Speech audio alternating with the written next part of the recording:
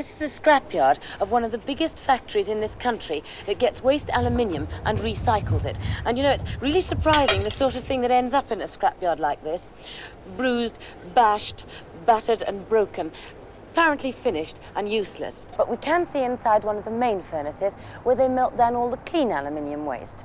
And I've got some milk bottle tops here and they look quite clean to me, so let's see if we can put them into one of the main furnaces.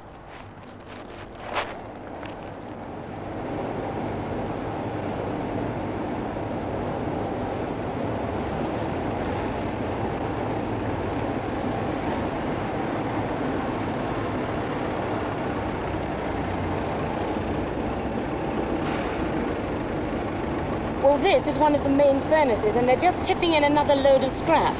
And it's really very hot standing here because the temperature inside that furnace is 7 times hotter than boiling water. And that's why I'm wearing this protective clothing. The mask is going to stop any melting aluminium splashing on my face when I go over to the furnace. So let's see if I can tip in the milk bottle tops now. Can I put these in the furnace? How do I do it? Put them on and roll them in. Ooh. Ooh, it's hot. It's hot and heavy work.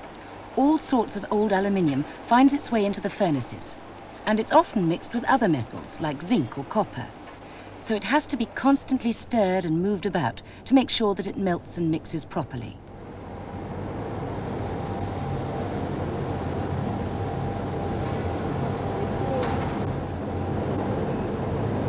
Recycling materials isn't always easy, and in some cases it's much more expensive than it was to make the materials in the first place. But aluminium is very expensive to make, so recycling it is well worthwhile.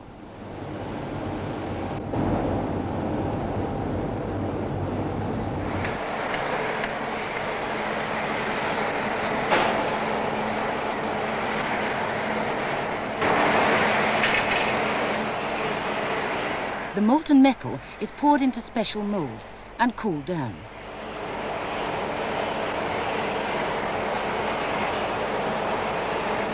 The solid ingots will end up in factories, where they'll be turned back into parts for engines, washing machines, and other useful things. Oh!